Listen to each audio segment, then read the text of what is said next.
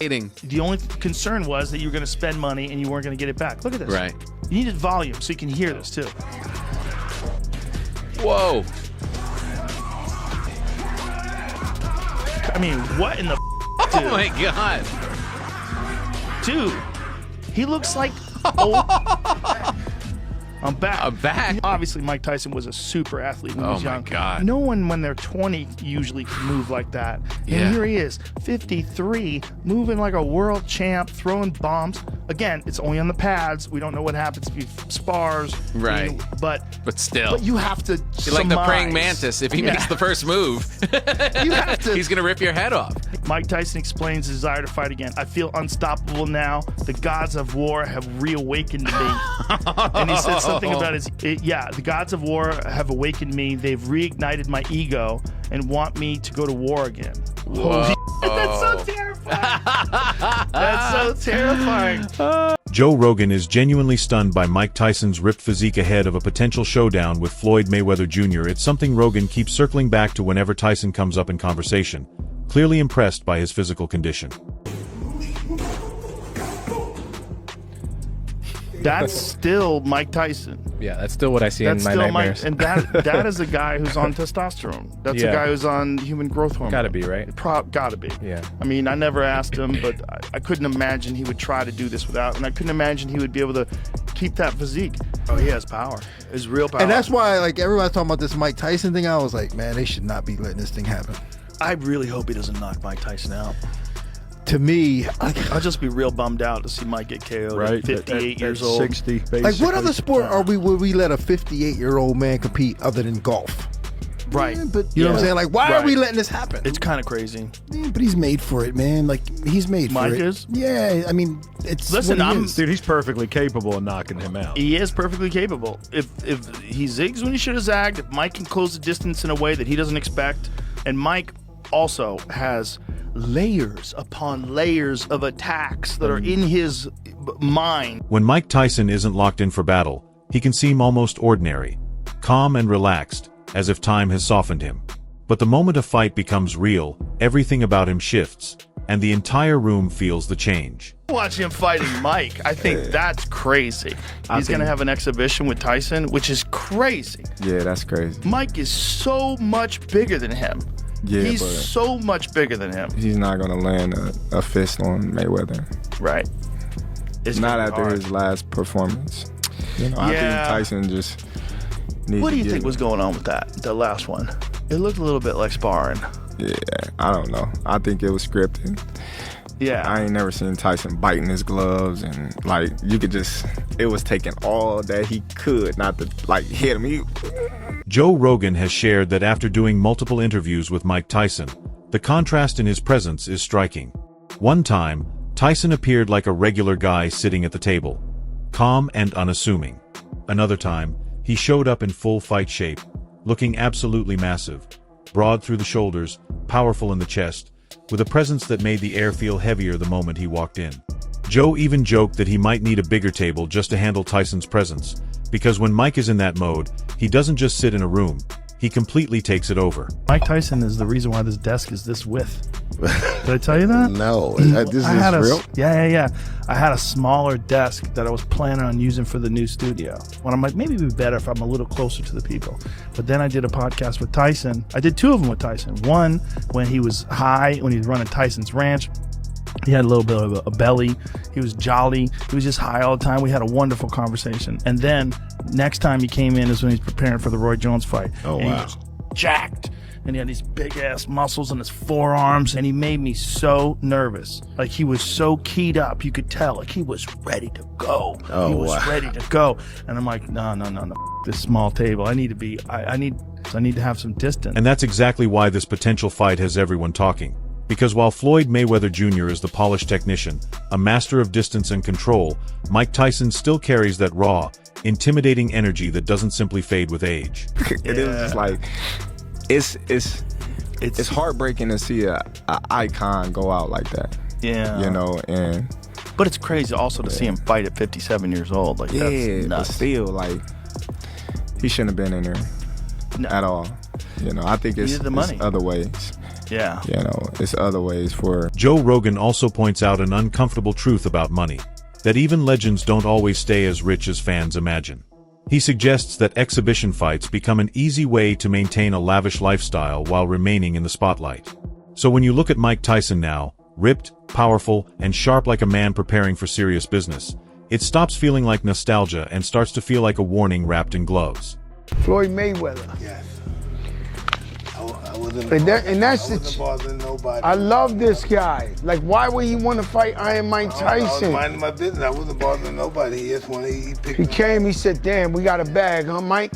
No, I ain't say that. His name was- No, it's a bag, though. You and Floyd Mayweather that's, come on, two biggest names in the whole, what is this, the 20th century and shit? This is the fucking 21st century. These are the two biggest names in the 21st century. I guess a bag is involved. Oh, big one. Joe Rogan is over there talking about Mike Tyson turning back into a human wrecking machine, bringing that heavyweight energy even into a podcast studio, when Dan Rafael steps in and completely shifts the tone.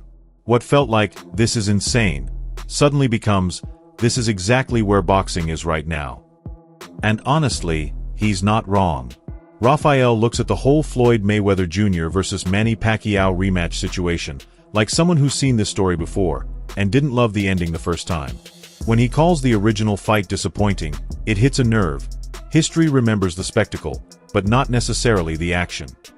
In the official fight, the rematch with Pacquiao that has been announced by their teams and by Netflix, which will carry that fight because they like to do those, big fights that are more name recognition than serious combat. With the exception being, of course, when they did Canelo against Crawford, which was two prime, names and active fighters. But then Dan Rafael drops the real hook. That 50-0 is on the line. And suddenly, this isn't just nostalgia anymore. It becomes a question of risk management at 49 years old. Think about that for a second. Floyd Mayweather Jr. built an empire protecting that zero, and now it's being put back on the table like a casual bet. That's not just courage. It's either supreme confidence or serious financial motivation. And Rafael doesn't sugarcoat it. He says it outright. Floyd needs the money. No filter, no hesitation. Just straight to the point. There's no boxer in the history who ever put on gloves that treasured his undefeated record more than Floyd Mayweather. That the fact that could go away is not insignificant. So if there's any reason to be interested in that rematch, that may be it. As you said, it will be an official fight. So there is that. But if they decide not to do that, I won't be unhappy about it. Let Floyd be 50-0, fine. But he needs the money, and obviously he's going to make money in these different events, or he wouldn't be doing them, in my opinion. And then you bring Mike Tyson into the middle of this whole circus. A man pushing 60, still getting booked like he's got unfinished business. And suddenly it starts to feel less like boxing and more like legacy roulette.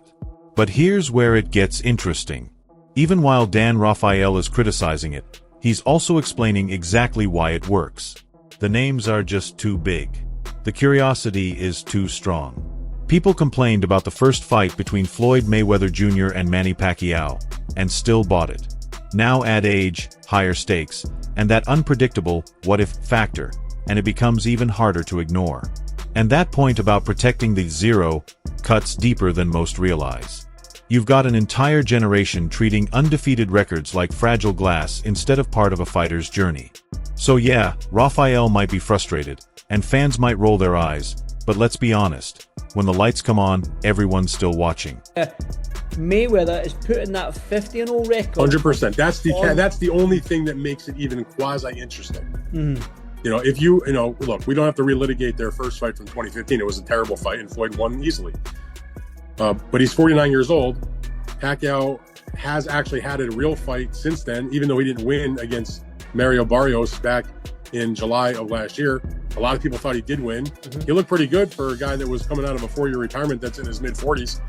And that's a lot more than... And just when Dan Rafael has everyone questioning whether boxing is turning into a nostalgia business, with legends cashing checks, Timothy Bradley steps in like, cool story. Now let's talk about actual fighting. The energy shifts instantly. Bradley isn't here for theories. He's breaking it down like someone who's been through it. And when he says if Devin Haney doesn't handle Rolando Romero cleanly, then forget about Ryan Garcia. That's not just a prediction, it's a warning shot. You can feel the seriousness behind it. He also respects the danger, calling Romero awkward and explosive, almost like a glitch in the system. And that's what makes fighters like him so tricky. They don't follow your script, they tear it apart mid-fight. Then Bradley shifts into full technical mode, breaking down Haney's jab, footwork, and feints. At that point, it's like watching a chess master explain why his opponent showed up playing checkers. He does all that crazy stuff, but he leaves a lot of openings, for the taking. And a guy like Devin Haney, who understands the sweet science, who got good feet, good reactions, an excellent jab. I mean, the feints that he gonna be using on him as well, man. Because Dan Romero, he's so tensed up. You drop a feint on him, he reacts. He points out how Rolando Romero tends to overreact to small movements. And that's exactly the kind of opening a fighter like Devin Haney thrives on, given his control and timing. But Timothy Bradley doesn't let it sound easy. He keeps stressing that one mistake, just one, and Romero can flip the entire fight in an instant. That tension right there is the fight. Then Bradley shifts gears, giving Haney credit for stepping in with dangerous punchers and testing himself. The tone moves from doubt to respect. And when he circles back to Ryan Garcia, saying that a composed Haney beats him, that's when things really heat up. Now it's no longer just Haney versus Romero. It feels like a preview of something bigger. Bradley's essentially saying, pass this test clean, and the entire division shifts. Miss a step, and everything falls apart. And next, hey, Ryan Garcia, your ass is next, bro. Your ass is next. Yeah, everybody all high and gung strung out on Ryan Garcia after that last performance, but I'm not. I'm not high. Man, I'm telling y'all. No, you get in there with a tremendous boxer, man, and if Dev didn't get dropped in that first fight, if he didn't get dropped in that first fight, he held that phone, he would have cooked Ryan Garcia. And just when Timothy Bradley is laying out the clean textbook blueprint for Devin Haney to outclass Rolando Romero, Robert Garcia steps in like, that's fine, but what if none of that matters? And suddenly, the fight feels a lot messier than people want to admit. Garcia openly favors Haney, no hesitation, but quickly follows it up with a reality check. Power like Romero's doesn't follow logic, it disrupts it. He frames the fight not as better boxer versus worse boxer, but as control versus chaos. When Garcia says you can't outbox Haney, he's basically telling Romero, forget being technical, make it ugly. Turn it into a street fight with gloves. And that's where things get dangerous, because we've seen technically superior fighters start to unravel the moment their rhythm gets broken. But Rolly's, he's got power, man. He's got power. He could land a punch just like he did against Ryan, and be effective also. I met Rolly's a couple weeks ago in Vegas, and we hanged out, chilled for a little bit, and he's actually an interesting person, man. Smart kid, even though a lot of people might not think so. Smart kid. So you can't help not wish him well, he's a great person. But, I would favor Haney definitely. Robert Garcia even highlights those awkward angles and unpredictable shots, the kind you don't really train for. It's the stuff that slips through while you're busy being technically perfect. But here's the twist. He also shows real respect for Devin Haney's discipline, saying that if Haney sticks to his outside game, sharp jab, and patience, he can neutralize all of it. So now it becomes a tug of war. One fighter is trying to keep things clean and controlled like a science experiment, the other trying to flip the table mid-equation. When Garcia talks about forcing Haney into exchanges, that's the real objective, not to outthink him, but to drag him somewhere uncomfortable. Then he pivots to Ryan Garcia and subtly leans his way again, which only adds more chaos to the mix. Now you've got styles, history, and momentum all clashing without a clear line. At that point, it stops being about who's better on paper. It becomes about who gets to fight their fight and who gets pulled into the other guy's mess first. There's always controversy, things that happen, but I don't know, just because Ryan already did it once, I think he could do it again. I think Ryan's still fast enough, he's tall enough, has that reach to be able to land those punches. I think I would favor Ryan, but I also wouldn't be surprised at all if Haney just dominates, because he does have great skills. When you zoom out, it really does feel like boxing is split between two worlds colliding at the same time.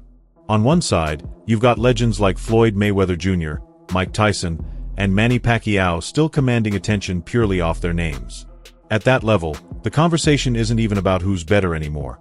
It's about money, timing, and whether that perfect record or legacy can survive one more night. On the other side, there's the active battlefield. Devin Haney trying to prove that control beats chaos. Rolando Romero is looking to flip that script with unpredictability. And Ryan Garcia is hovering as the wild card no one can fully figure out.